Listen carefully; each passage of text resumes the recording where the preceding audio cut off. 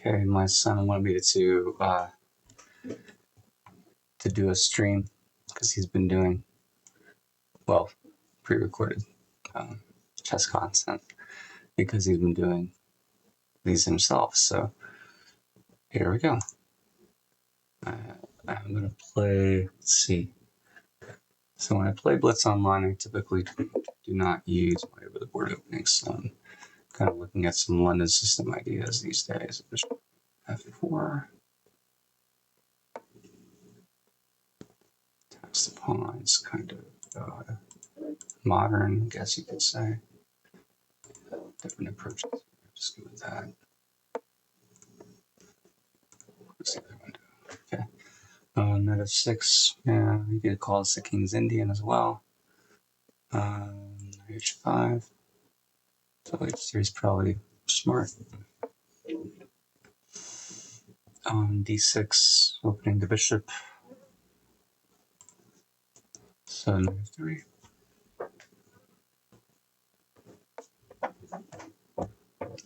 Knight e7, he wants to be able to play e5. There are a couple ways to deal with this. I think you can just go back. So when he plays e5, that doesn't bother the bishop. Castles, and there are some ideas in the King's Indian with this bishop. The rook goes to e8. Then bishop takes f7, g5, knight e6. Then you can even still do it here if they kind of fall for it. It's going to play for this trick. Okay. I don't see anything wrong with this capture. Attacking here, there's no more of this trick happening. How to deal with this several ways. Push, drop back, push.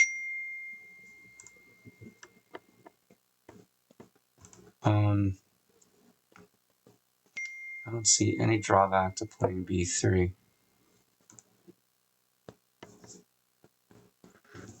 You know,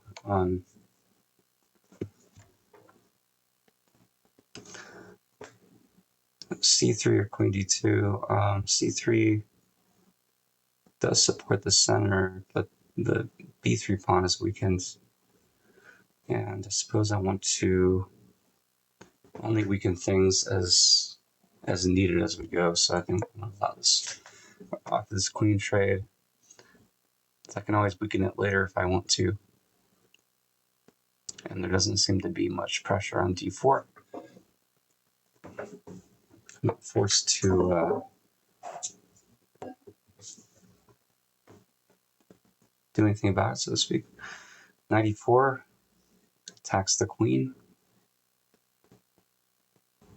And this is forced down.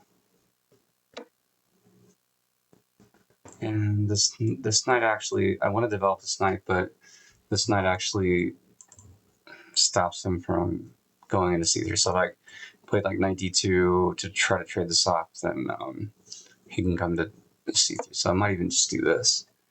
Try to force the issue, and then he's probably proud of this knight, you know, staring around. He's probably proud to have that knight down there. Yeah, he wants to keep it there.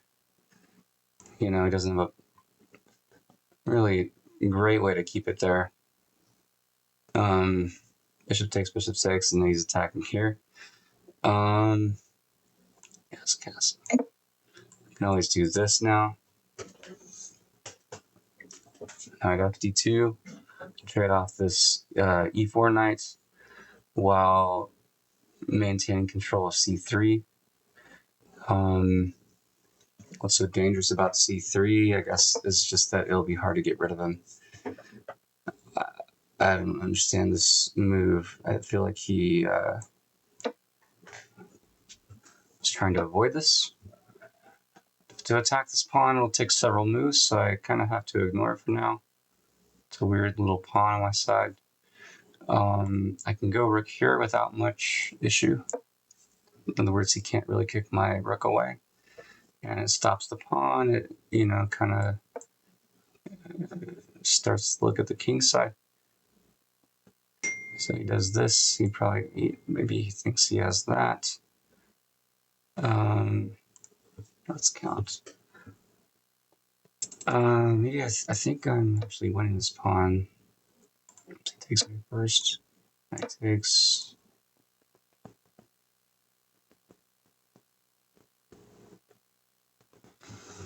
Yeah, when I first started playing tournament chess, I didn't always count attackers and defenders the right way. I didn't really sort of get it. And then I just decided at some point that I would need to just calculate rather than count. Because I always seem to run into trouble when I count. Because I'm like, if I have the same number of attackers and defenders and I take first, like, is that right? So it can be potentially confusing if you're confusable like me. I've got protect this and then take here. Protect this and then take here. So do this.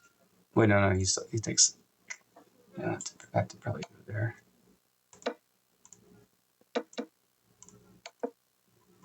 This pawn. Okay, now this is one of these end games where you have a pawn, some pawn mass on the king's side,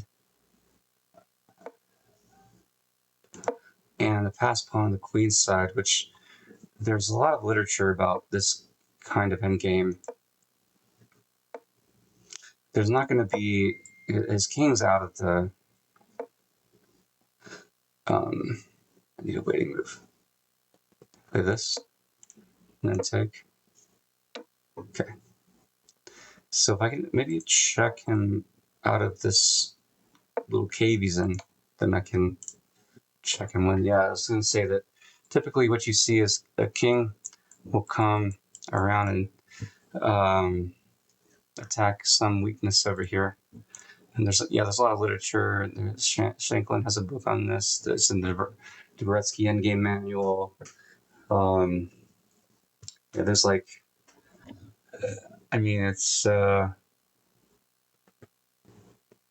it's much more difficult when you have an equal number of pawns than when you have a majority, because you can simply, like I did, just trade and get a tempo. Just to move the rook. Now my king is free to move, and I actually didn't even need to do that because I can just check his king to the exposure of more checks with my rook. What happens, in case you don't know, is like I'll just go give a check. King reacts and then make a queen. Rook takes and then rook takes and then it's a win. But I don't know really what to say about this game. I'll show you how I do some research though. If I can do it here.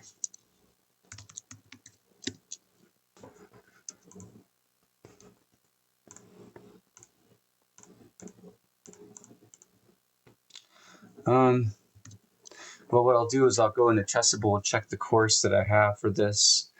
Right now, I'll just use the game review. I don't expect to learn a whole lot from this game. 86 and then 21. Yeah, this is all just ego stoking there, right? So what I'm mainly concerned about here is, did I handle this situation well? So I know maybe if I was on the black side, I would probably play this way. I want to play e5. And does black play e5 ever in the game? Let's just check real quick.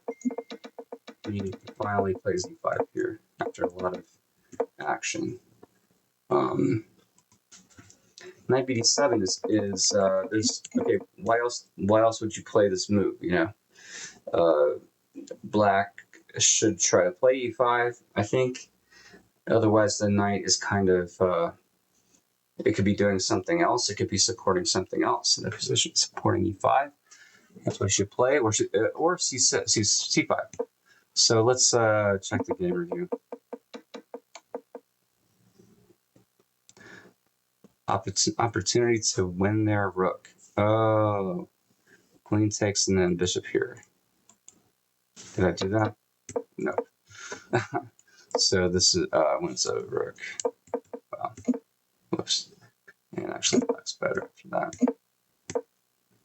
Wasn't too worried. I especially. I mean, I think. Okay, so what?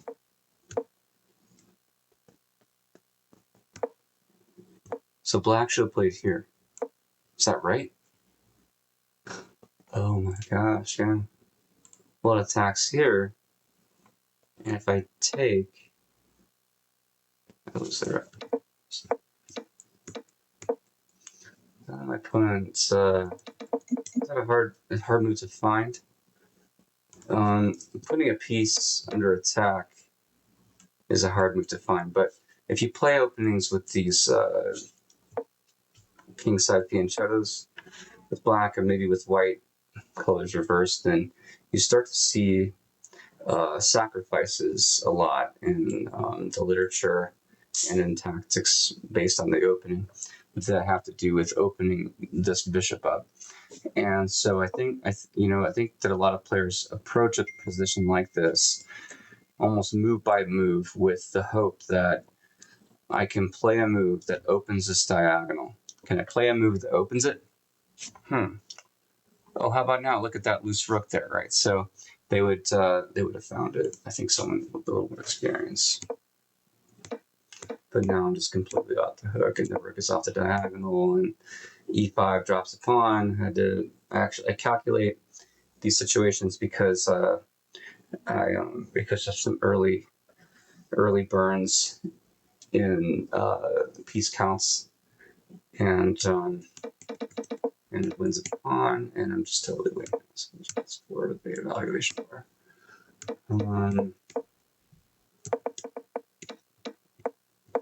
Blitz game. Why review this so heavily? I don't know that there's much more to learn here. Maybe there was.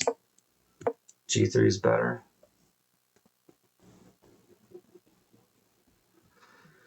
G3 to stop what, H5, H4.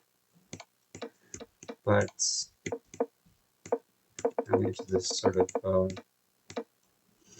it's called in some books the pawn on the 7th versus king side 4 versus 4, 3 versus 3, whatever else it is. So you get the rook in front of the pawn, you push it all the way. Actually, Carlsen and Geary just played a game like this, where Carlsen, I mean, pretty almost mechanically set up a position quite like this, and then it was an FNH pawn versus and rook versus rook draw, but here it should never be a draw. I mean, white has many plans, including just that, and then coming around with the king. Let's say to draw some rough arrows there. He'll come around and attack some weakness and put black in zigzag. So it's